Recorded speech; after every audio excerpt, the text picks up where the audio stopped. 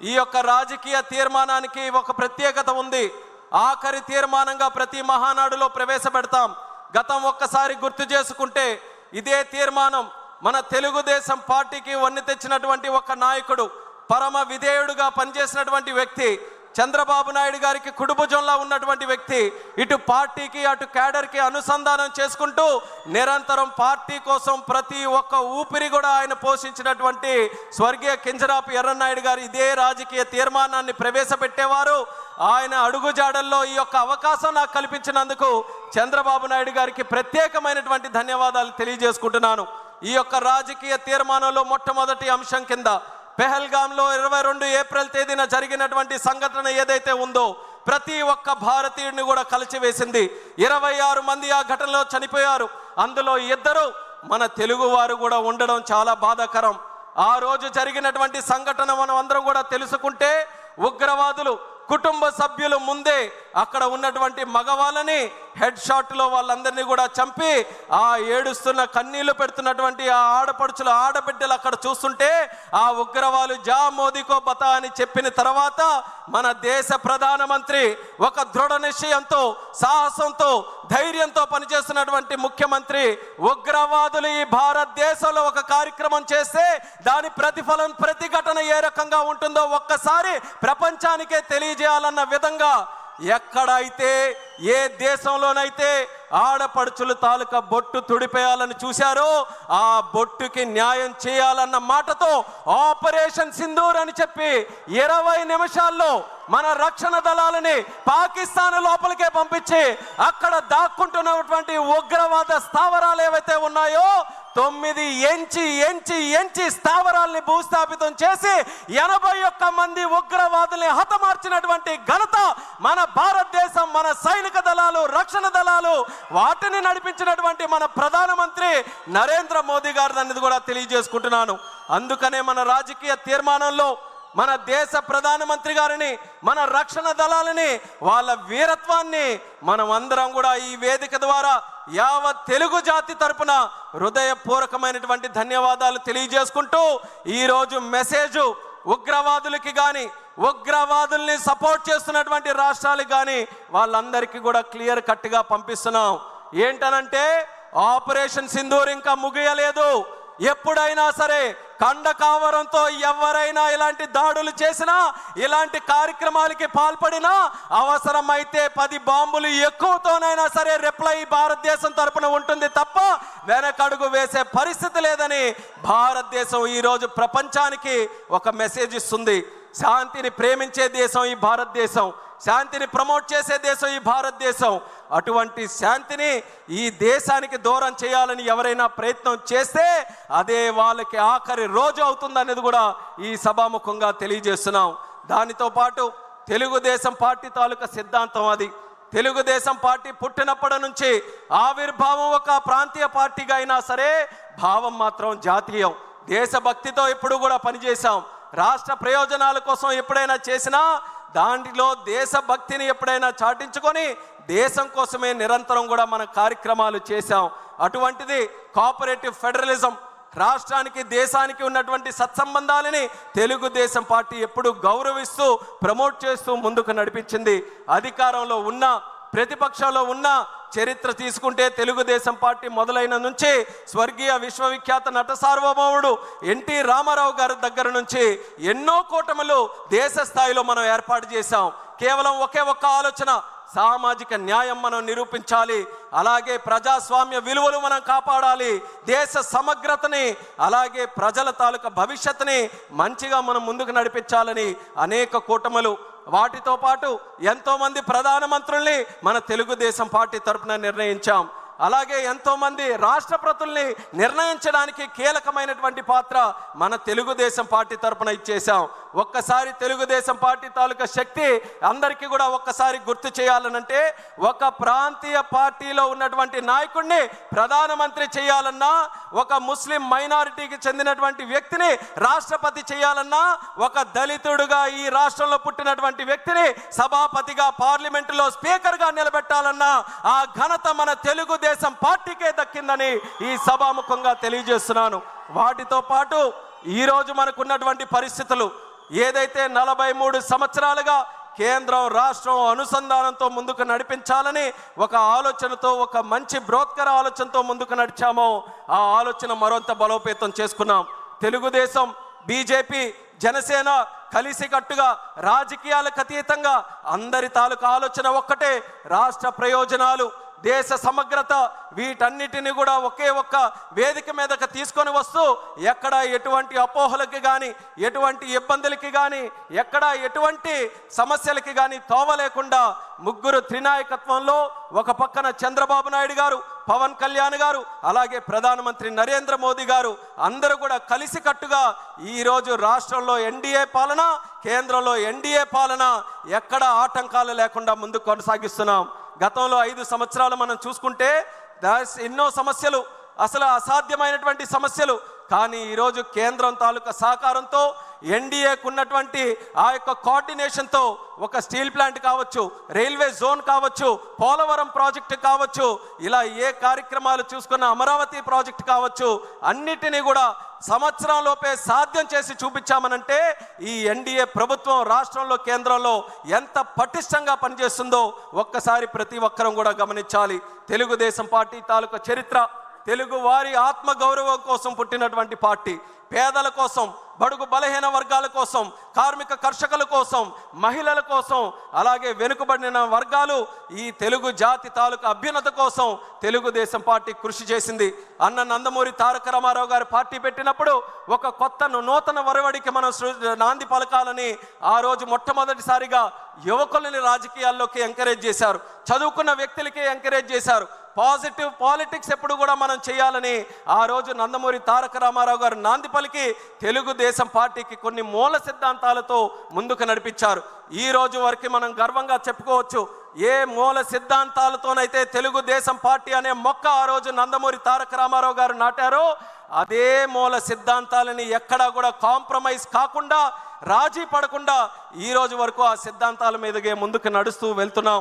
అలాగే విశ్వసనీయతని, నిబద్ధతని పార్టీలో మనం కాపాడుకుంటూ ముందుకు వెళ్తున్నాం. మరొక ముఖ్యమైనటువంటి సిద్ధాంతం నందమూరి తారక రామారావు గారు పరిచయం చేసినటువంటిది సమాజమే దేవాలయం, ప్రజలే దేవుళ్ళు అన్నటువంటి మాట కేవలం తెలుగు జాతికే కాదు, ప్రపంచంలో ఎవరున్నా ఎక్కడున్నా వాళ్ళందరికీ కూడా స్ఫూర్తినిచ్చే విధంగా ఆయన నోట వచ్చినటువంటి మాట అది. అటువంటి మాటని ఒక సిద్ధాంత రూపంలో తయారు చేసుకొని పార్టీ తాలూకా కార్యక్రమాలు చేశాం. అదే ఎన్టీఆర్ గారికి ఆ రోజుల్లో ఒక పత్రికారుడు ఆ రోజు ఒక ప్రశ్న అడిగి, కొత్త పార్టీ పెడుతున్నారు, మీ తాలూకా సిద్ధాంతం ఏంటండి?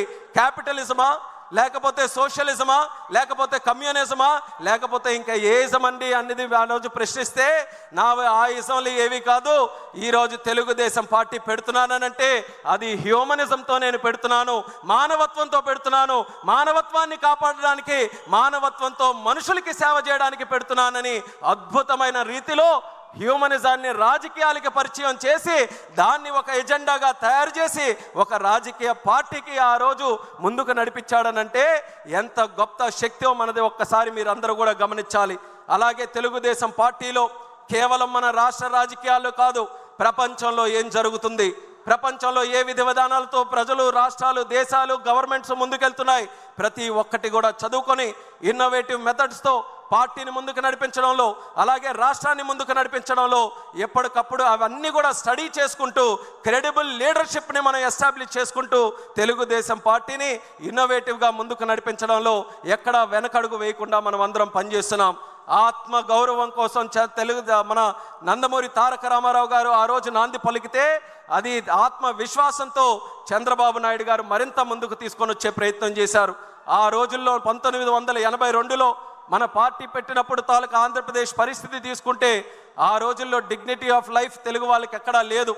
ఏ ఒక్కరు చూసినా మద్రాసీలు అనేటటువంటి పరిస్థితుల్లో తెలుగు వాళ్ళు అనే వాళ్ళు ఒకరు ఉన్నారు, వాళ్ళకంటూ ఒక పౌరుషం ఉందని మన డిగ్నిటీ కోసం, మన అందరి తాలూకా ఒక గుర్తింపు కోసం ఆ రోజు నందమూరి తారక రామారావు గారు పార్టీ పెడితే ఈరోజు దాన్ని మరింత 40 సంవత్సరాలు అడుగడుగున ముందుకు నడిపిస్తూ చంద్రబాబు నాయుడు గారు ఆత్మవిశ్వాసంతో ఈరోజు కేవలం డిగ్నిటీ ఆఫ్ లైఫే కాదు, ప్రపంచంలో జయించేటటువంటి వ్యక్తి తెలుగువాడై ఉండాలి. ఏ పెద్ద కంపెనీలైనా, ఎక్కడ పెద్ద ఉన్నతమైనటువంటి స్థానంలో ఉన్న కంపెనీలైనా వాటన్నిటికీ కూడా రథసారథిగా తెలుగు వాళ్ళు ఉండాలి. గ్లోబల్ లీడర్షిప్తో తెలుగు జాతి ముందుకు రావాలని ఈరోజు మనం అందరం కూడా ముందుకు నడుస్తున్నాం. వాటితో పాటు సంస్కరణలు కానీ, లేకపోతే అభివృద్ధి కానీ, సంక్షేమం కానీ, ఇవన్నీ కూడా తెలుగుదేశం పార్టీతో మొదలైనవే. తెలుగుదేశం పార్టీ చేసినటువంటి కార్యక్రమాలు ఈ రాష్ట్రంలోనే కాదు, దేశంలో ఉన్న అనేక రాజకీయ పార్టీలు, అనేక రాష్ట్రాలు, ఆఖరికి దేశం కూడా ఆదర్శంగా తీసుకొని మన కార్యక్రమాలు వాళ్ళందరూ కూడా ముందుకు నడిపించారు. చంద్రబాబు నాయుడు గారు ఉన్నప్పుడు పెన్షన్లు కానీ, హౌసింగ్ కానీ, కిలో బియ్యం 2 రూపాయలకి, అలాగే జనతా వస్త్రం కానీ, ఐటీడీఏలు కానీ, లేకపోతే విద్యా వైద్య వ్యవస్థలో మార్పులు, గ్రామానికి రోడ్లు వేయించాలి, కరెంటు లైట్లు కల్పించాలి, అలాగే మహిళల తాలూకా హక్కులు, వెనుకబడిన వర్గాల తాలూకా రిజర్వేషన్లు, ఇలా ఎన్నో సంస్కరణలు చూసుకుంటే మొట్టమొదటిసారిగా ఈ దేశంలో ప్రవేశపెట్టింది మన తెలుగుదేశం పార్టీ అనేది కూడా మనం తెలియజేసుకోవచ్చు. తర్వాత చంద్రబాబు నాయుడు గారి తాలూకా నాయకత్వంలో ప్రజల వద్దకు పాలన, జన్మభూమి, పనికి ఆహార పథకం, డ్వాక్రా సంఘాలు, ఐటీ రెవల్యూషన్తో సైబరాబాద్ లాంటి నగరాలు, జీనోమ్ వ్యాలీ, కోవిడ్ సమయంలో వ్యాక్సిన్ ఎక్కడ తయారవుతుందో ఎవరికి తెలియని సందర్భంలో హైదరాబాద్లో ఈ మహానాయకుడు పెట్టినటువంటి జీనోమ్ వ్యాలీ కొన్ని కోట్లాది మంది ప్రజలకి కోవిడ్ నుంచి కాపాడిందనంటే అది ఒక వ్యక్తికి ఉండాల్సినటువంటి దూరదృష్టి. అలాగే హైవేస్, టెలికాం, లేకపోతే పవర్ రిఫార్మ్స్, వీటన్నిటికీ కూడా కేంద్ర స్థాయిలో ఆ రోజు ఆ రిఫార్మ్స్కి నాంది పలకడానికి చంద్రన్న తాలూకా హస్తం ఉండడానికి ఎక్కడ డౌట్ లేకుండా మనం చెప్పుకోవచ్చు. ఎయిర్పోర్టులు ఈరోజు 160 ఎయిర్పోర్ట్లు ఉన్నాయి. రేపు మే 31వ తేదీన ప్రధానమంత్రి గారి ఆధ్వర్యంలో మధ్యప్రదేశ్లో మరో 2 ఎయిర్పోర్ట్లు ఆ రోజే ప్రారంభోత్సవం చేసుకుంటున్నాం. 162 ఎయిర్పోర్ట్లు అవ్వబోతున్నాయి. ఈ దేశంలో 162 ఎయిర్పోర్ట్లు ఒకనప్పుడు ఈ పరిస్థితి ఉండేది కాదు. కానీ మొట్టమొదటిగా దేశంలో ఎయిర్పోర్ట్లు కూడా మనం నిర్మించాలి. పీపీపీ మోడల్లో ఒక పాలసీ తీసుకొని వచ్చి ఎయిర్పోర్ట్లు నడిపించాలన్నటువంటి మహానాయకుడు మన నారా చంద్రబాబు నాయుడు గారు అనేది గర్వంగా ఈ సందర్భంగా తెలియజేస్తున్నాను.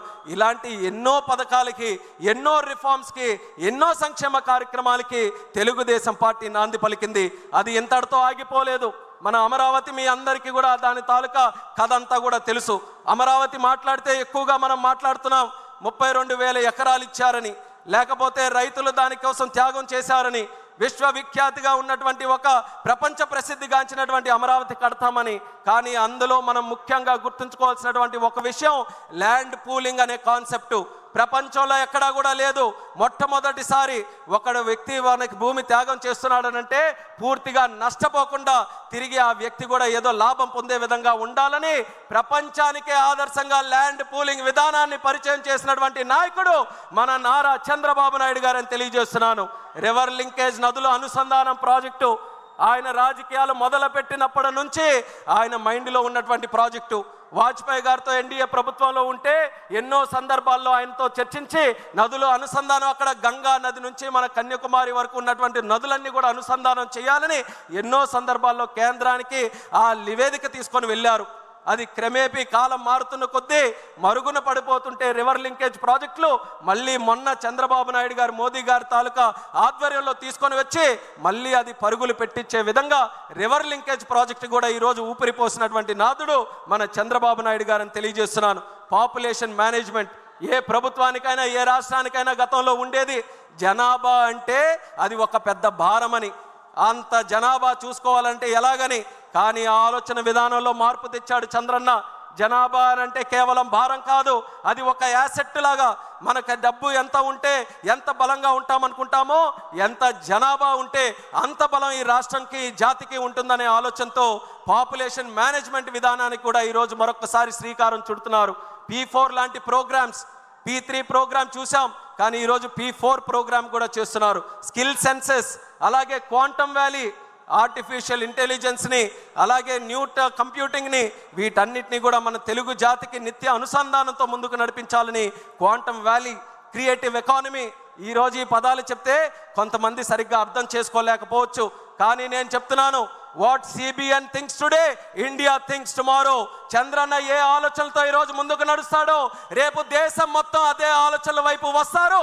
ఆ నమ్మకం నాకుందని కూడా ఈ సభాముఖంగా తెలియజేస్తున్నాను. రేపు మీ ఇంటిలో రివర్ లింకేజ్ గురించి, క్వాంటమ్ వ్యాలీ గురించి, స్కిల్ సెన్సెస్ గురించి, P4 గురించి ఒక 2-3 సంవత్సరాల్లో ప్రతి ఇంటిలో కూడా చర్చ జరిగేటటువంటి అంశాలు. ఈ అంశాలు అటువంటి అంశాలకి జన్మనిచ్చినటువంటి పార్టీ మన తెలుగుదేశం పార్టీ అనేది కూడా ఈ సభాముఖంగా తెలియజేసుకుంటున్నాను. అలాగే అన్ని మాట్లాడుతున్నాం, కానీ తెలుగుదేశం పార్టీ అని అంటే మొట్టమొదటిగా గుర్తొచ్చేది మన పసుపు దళం, పసుపు సైనికులు, మన కార్యకర్తలు.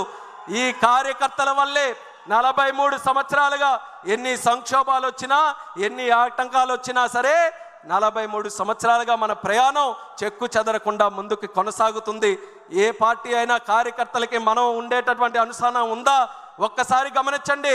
మన రాష్ట్రంలో ఉండే పార్టీలు చూడండి, ఇతర రాష్ట్రాలు ఉండే పార్టీలు చూడండి. ఎందుకనంటే నాయకులు మారినట్టే కార్యకర్తలు కూడా వేరే పార్టీలో మారిపోతారు. కానీ తెలుగుదేశం పార్టీ ఏకైక పార్టీ.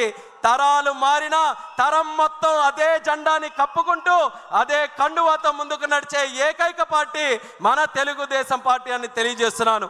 అటువంటి కార్యకర్తల్ని అధినేతలుగా చేసుకొని నడిపించే పార్టీ కూడా తెలుగుదేశం తప్పితే మరెక్కడ కూడా ఏ పార్టీ కూడా ఉండదు. అటువంటి క్యాడర్ని మరి వెల్ఫేర్ నిధులు, మన కార్యకర్త సంక్షేమ నిధి పెట్టి లోకేష్ అన్న గారి తాలూకు ఆధ్వర్యంలో వాళ్ళ సంక్షేమాన్ని, ఇన్సూరెన్స్ని, వాటన్నిటిని కూడా చూసుకొని వాళ్ళ కుటుంబం, అందరి కుటుంబం, ఇది తెలుగుదేశం పార్టీ కుటుంబంగా పెద్దలుగా చంద్రబాబు నాయుడు గారు, లోకేష్ అన్న గారు మన పిల్లల్ని చదివించి, మన ఆపదలో ఉంటే ఆర్థిక సహాయం చేసి, మనకి ఏదైనా కష్టం వచ్చి మనం వాళ్ళ భుజాల మీద తోడు చేయవేస్తే వాళ్ళు 2 భుజాలు తోడు చేసి కౌగిలించుకొని నీకు నేనున్నానని ధైర్యం చెప్పే నాయకత్వం మన తెలుగుదేశం పార్టీ దగ్గర ఉంది. క్రమశిక్షణతో ఉండే పార్టీ మన తెలుగుదేశం. ఆర్గనైజ్డ్గా, డిసిప్లిన్డ్గా పనిచేసే పార్టీ తెలుగుదేశం. సోషల్ రీఇంజనీరింగ్కి నాంది పలికినటువంటి పార్టీ తెలుగుదేశం. అలాగే KSSలు, కబ్స్ వ్యవస్థ, ఏ పార్టీలు కూడా క్షేత్ర స్థాయిలో ఒక పార్టీ ఎంత బలంగా నడపాలని ఎవ్వరి ఆలోచన కూడా ఉండదు. అది కేవలం మన తెలుగుదేశం పార్టీలోనే ఉంటుంది. అదే మన బలం అనేది కూడా కార్యకర్తలకి సభాముఖంగా తెలియజేస్తున్నాను.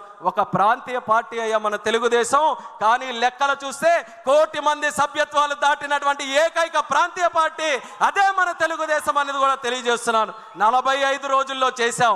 ఎందుకనంటే టెక్నాలజీని కూడా మన లోకేష్ అన్న గారు ఈ యొక్క కార్యక్రమానికి తీసుకొని వచ్చి 45 రోజుల్లో ఎక్కడ ఇబ్బంది లేకుండా సరికొత్త విధానంతో చేసి ఈరోజు దేశంలో ఉన్నటువంటి అన్ని రాజకీయ పార్టీలు కూడా శభాష్ లోకేష్ అనే విధంగా పార్టీ మెంబర్షిప్ని కూడా ఈరోజు నడిపించారనేది ఈ సందర్భంగా తెలియజేస్తున్నాను. అలాగే సంక్షోభాలు, తెలుగుదేశం పార్టీ కొత్త ఏమీ కాదు. ఎన్నో సంక్షోభాలు దేశంలో వచ్చాయి. రాజకీయ సంక్షోభాలు వచ్చాయి, ప్రకృతి విపత్తులు వచ్చాయి, రాష్ట్ర సంక్షోభాలు వచ్చాయి. తెలుగుదేశం పార్టీ ఎదుర్కొన్న సంక్షోభాలు ఏ పార్టీ కూడా అన్ని సంక్షోభాలు ఎదుర్కోలేదు. అయినా సరే ఎలాంటి సంక్షోభాలు వచ్చినా ఆ సంక్షోభాలని ఎదురొట్టి మళ్ళీ విజయవంతంగా అడుగులు వేసుకుంటూ ముందుకు నడిచిన ఏకైక పార్టీ కూడా మన తెలుగుదేశం పార్టీ.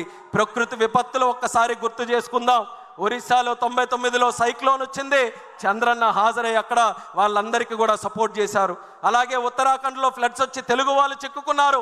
మనం అధికారంలో లేము. స్పెషల్ ఫ్లైట్ వేయించి అక్కడ చిక్కుకున్నటువంటి తెలుగు ప్రజల్ని తిరిగి సురక్షితంగా వాళ్ళ ఇంటికి తీసుకొని వచ్చాడు.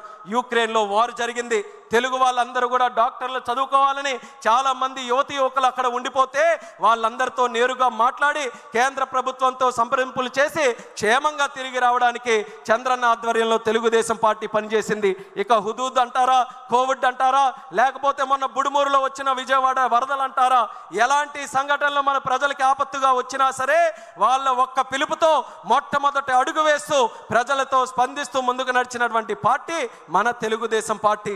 అలాగే రాజకీయ సంక్షోభాలు 1985లో ఎన్టీఆర్ గారిని దెబ్బ కొట్టాలని, అలాగే 2004లో మనం ఓడిపోయిన తర్వాత అప్పుడు దెబ్బ కొట్టాలని, 2009లో డీలిమిటేషన్ అయితే అప్పుడు దెబ్బ కొట్టాలని, 2014లో బైఫర్కేషన్ జరిగితే అప్పుడు దెబ్బ కొట్టాలని, ఈరోజు రాజకీయంగా కూడా ఎన్నో సంక్షోభాలు తెలుగుదేశం పార్టీ ముందు గోడల్లాగా కట్టినా గోడల్ని సైతం కూల్చుకుంటూ ముందుకు వెళ్ళినటువంటి సైన్యం, బలగం మన తెలుగుదేశం పార్టీ దగ్గర ఉందని కూడా తెలియజేస్తున్నాను.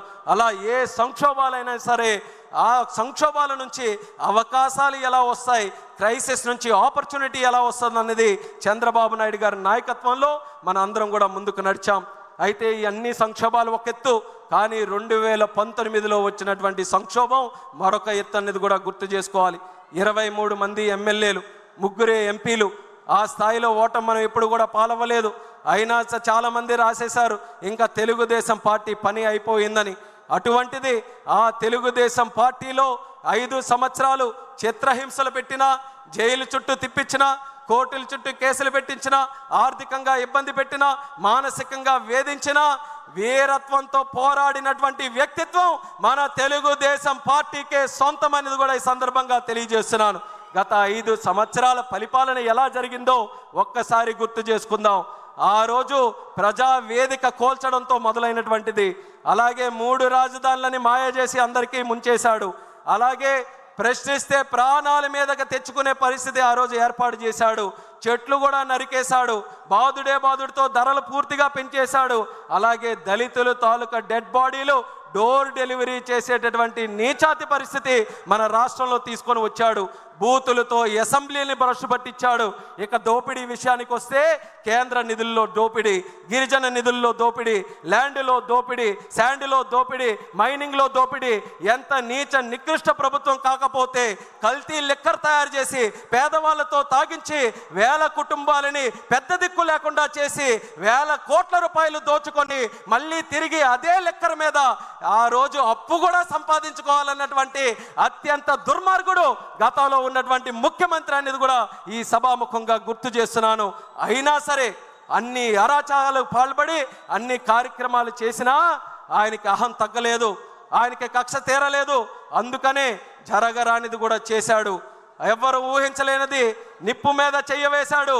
చంద్రబాబు నాయుడు గారి తాలూకా నాయకత్వాన్ని ప్రశ్నించే విధంగా అక్రమ కేసు పెట్టి 56 రోజులు జైల్లో పెట్టించాడు. అది ఆయన చేసినటువంటి అతి పెద్ద తప్పు. చంద్రబాబు నాయుడు గారిని రాజకీయంగా నువ్వు అరెస్ట్ చేశావు. ఏదో తెలుగుదేశం పార్టీ వాళ్ళే కదులుతారనుకొని నువ్వు అరెస్ట్ చేశావు. కానీ చంద్రన్న మీద చెయ్యవేసిన తర్వాత 70 దేశాలలో లక్షల మంది కార్యకర్తలు, తెలుగు జాతి అంతా కూడా కదలి వచ్చి ఆయన తెలుగుదేశంకే నాయకుడు కాదు, తెలుగు జాతికి నాయకుడని దేశానికి ప్రపంచానికే నిరూపించింది మన తెలుగు జాతి అనేది కూడా ఈ సభాముఖంగా తెలియజేసుకుంటున్నాను. ఆ దెబ్బతో మట్టి కరిచి మీ అందరి తాలూకా సహకారం, మీ అందరి పోరాటంతో 2024 ఎన్నికల్లో ఊహకు అందని విధంగా 94% స్ట్రైక్ రేటుతో ఒకే ఒక్క ప్రభుత్వం ఈ దేశంలో గెలిచింది. అది మన కూటమి ప్రభుత్వం. దానికి కార్యకర్తలకి, పైనున్నటువంటి నాయకులకి, అందరికీ కూడా ఎన్నో కేసులు పెట్టుకొని కుటుంబాలను పోగొట్టుకొని ఎన్నో త్యాగాలు చేసినటువంటి ప్రతి ఒక్కరికి కూడా ఈ మహానాడు వేదిక ద్వారా అందరికీ పాదాభివందనం తెలుగుదేశం పార్టీ కుటుంబ సభ్యులందరికీ కూడా తెలియజేసుకుంటున్నాం. అయితే మనం అనుకున్నటువంటి లక్ష్యం సాధించాం, ప్రభుత్వం ఏర్పాటు చేశాం. కానీ ఇంతటితో ఆగిపోయే ప్రయాణం కాదు తెలుగుదేశం పార్టీది. 43 సంవత్సరాల చరిత్ర అంటున్నాం, అంతటితో సాటిస్ఫై అవ్వలేదు. 40 సంవత్సరాల మరొక చరిత్రకు మనం నాంది పలకాలి. అది మన యువ నాయకుడు నారా లోకేష్ అన్న గారి తాలూకా ఆలోచన. ఆయన ఆధ్వర్యంలో 6 శాసనాలు ఈ మహానాడు ద్వారా మనకు పరిచయం చేశారు. యువశక్తికి మళ్ళీ పిలుపునిస్తున్నా. ఆ రోజు యువశక్తి అంతా భయంతో జగన్ పరిపాలనలో ఉంటే ఆ రోజు ఎవరు కూడా మాట్లాడడానికి ఎవరు కూడా ముందుకు రాని సమయంలో ఒక యువకుడు బాధ్యత తీసుకున్నాడు. రాష్ట్రం కోసం, మన జాతి కోసం, మన యువత కోసం వాళ్ళ గలం ముందుకు రాపోయినా ముందు నా గలాన్ని తోడు చేస్తానని యువగలంతో అడుగులు వేసుకుంటూ కర్రలు పెట్టినా, గోడలు నిర్మించినా, కుర్చీలు నాగినా, వేదికలు కూర్చినా మడం తిప్పనటువంటి పౌరుషంతో యువగలం 3000 కిలోమీటర్లు దేశ రాజకీయ చరిత్రలో ఆ వయసులో యువ నాయకుడుగా ఏ ఒక్కరు కూడా చేయనటువంటి పాదయాత్ర మన లోకేష్ అన్న గారు చేసి యువతలో సరికొత్త స్ఫూర్తి నింపాడు. కొత్తగా యువకులకు అందరికీ కూడా రాజకీయాల్లో రావడానికి ఆసక్తి చూశారు. యువగలం చూస్తే తెలియనటువంటి ఒక స్ఫూర్తి, మేము కూడా రాజకీయాల్లోకి రావాలి, తప్పు మీద మేము ప్రశ్నించాలి అన్న లోకేష్ అన్నగారితో మేము కూడా నడవాలని ఆయనతో పాటు సంకల్పం జోడించి అన్నగారి యువగలం యాత్ర చరిత్ర తిరగ రాసే యాత్రగా యువకులందరూ కూడా ముందుకు వచ్చి నడిపించారు. అటువంటి నాయకుడు, యువ నాయకుడు ఈరోజు ప్రజలు నచ్చినటువంటి నాయకుడిగా ఎదిగాడు. ప్రధాని మెచ్చినటువంటి నాయకుడిగా ఎదిగాడు మన నారా లోకేష్ గారు. ఆయన దగ్గర పనిచేయడం నాకు ఎంతో గర్వంగా ఉందనేది కూడా తెలియజేస్తున్నాను. మరొక విషయం కూడా చెప్పాలనంటే, మంగళగిరిలో ఓడిపోతే అందరూ కూడా ఇంకెక్కడ ఎందుకండి వేరే దగ్గరికి వెళ్ళాలనంటే, అలాంటి నాయకుడు, అలాంటి కుటుంబం, అలాంటి పార్టీ నాది కాదు.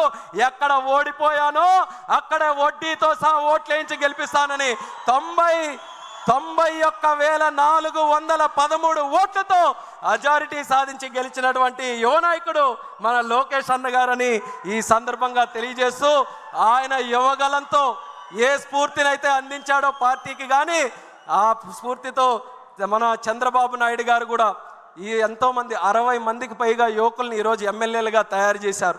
ఎంతో కాలం నుంచి చూస్తున్న యువకులు ఎప్పుడు వస్తారని లోకేష్ అన్న గారి తాలూకు అడుగులతో పార్టీలో కూడా ఈరోజు యువత పెద్ద ఎత్తున, దేశం పార్లమెంటులో తెలుగుదేశం పార్టీ 16 మంది ఎంపీలు, అన్నిటికంటే చిన్న వయసులో ఉన్నటువంటి party, youngest party in parliament మన తెలుగుదేశం పార్టీ అని కూడా తెలియజేస్తున్నాను.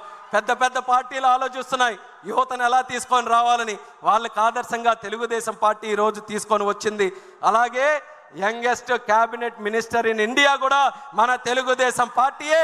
ఆ ఘనత చంద్రబాబు నాయుడు గారి ఆశీర్వాదంతో ఈరోజు చిన్న వయసులో ఉన్నటువంటి నాకు వచ్చినందుకు ఆయనకి హృదయపూర్వకమైనటువంటి ధన్యవాదాలు తెలియజేస్తున్నాను.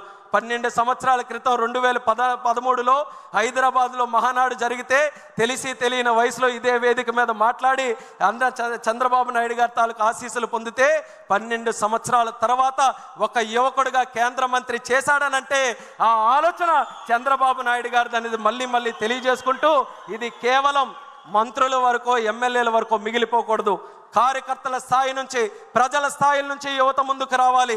అందుకనే అన్న ఇచ్చినటువంటి 6 శాసనాలు ఏవైతే ఉన్నాయో ఈ రాజకీయ తీర్మానంగా ప్రస్తావిస్తున్నాం మీ అందరికీ కూడా. ఆ 6 తీర్మానాలు మనకు 6 ఆయుధాలు. ఆ 6 ఆయుధాలు మనకి దిక్సూచి. ఇక్కడ నుంచి రేపు మనం తిరిగి గ్రామాలకు వెళ్ళినప్పుడు గ్రామం నుంచి మనం తెలుగుదేశం పార్టీ చేసే ప్రతి కార్యక్రమంలో ఆ 6 విధానాలని కూడా క్రోడీకరిస్తూ తెలుగుదేశం పార్టీ 40 సంవత్సరాలు, మరొక 40 సంవత్సరాలు చెక్కు చెదరకుండా ముందుకు వెళ్ళడానికి ఏ రకంగా ప్రతి ఒక్కరం కృషి చేయాలో దాని మీద సంసిద్ధంగా అందరూ కూడా ఆలోచించి ఈ తెలుగుదేశం పార్టీ జాతి ఉన్నంతకాలం, సూర్యచంద్రులు ఉన్నంతకాలం ఆ నాయకత్వం బలంగా ముందుకు నడిపిస్తూ మనం అందరం కూడా ముందుకు పనిచేయాలని ఈ వేదిక ద్వారా ఇక్కడ ఉన్నటువంటి వారందరికీ కూడా తెలియజేసుకుంటూ ఈ రాజకీయ తీర్మానం ప్రవేశపెట్టే అవకాశం ఇచ్చినందుకు చంద్రబాబు నాయుడు గారికి ప్రత్యేక ధన్యవాదాలు తెలియజేస్తూ, ఈ కడపలో జరిగినటువంటి ఈ యొక్క మహానాడు ద్వారా ఆశీస్సులు అందించినటువంటి ప్రతి ఒక్కరికి కూడా నా ధన్యవాదాలు తెలియజేస్తూ సెలవు తీసుకుంటున్నాను. జై తెలుగుదేశం! చంద్రబాబు నాయుడు గారి నాయకత్వం, లోకేష్ అన్న గారి నాయకత్వం, జోహార్ ఎన్టీఆర్.